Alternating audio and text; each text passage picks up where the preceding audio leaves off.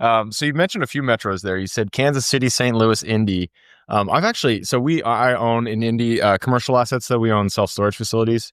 And I know that Indianapolis has been, prices have been increasing there as well. Are you still seeing, those metros that you mentioned? What kind of cash flow do you generally see for somebody to buy, a 3-2? It's just a regular 3-bedroom, 2-bath house.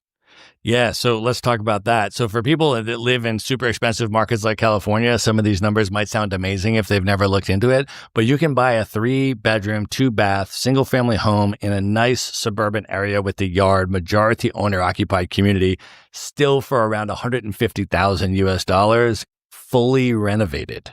And so for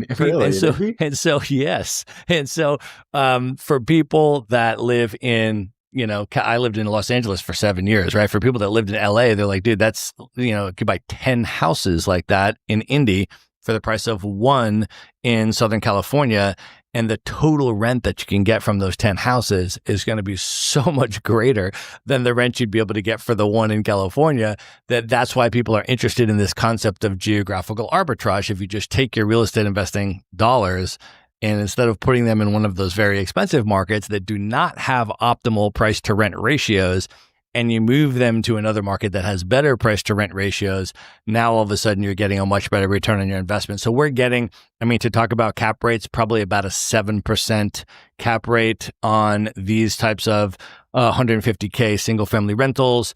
And that's including an estimate for maintenance and vacancy, probably about a 7% vacancy, 5% maintenance estimate, let's say, in addition to your other expenses. That'll come out to around a 7% cap rate. And that's kind of what we're getting in most of those markets. Obviously, if you leverage it and you use financing, your cash on cash return, and you have all those other metrics going on. But yeah, the thing is, home prices are going up, but guess what else is going up?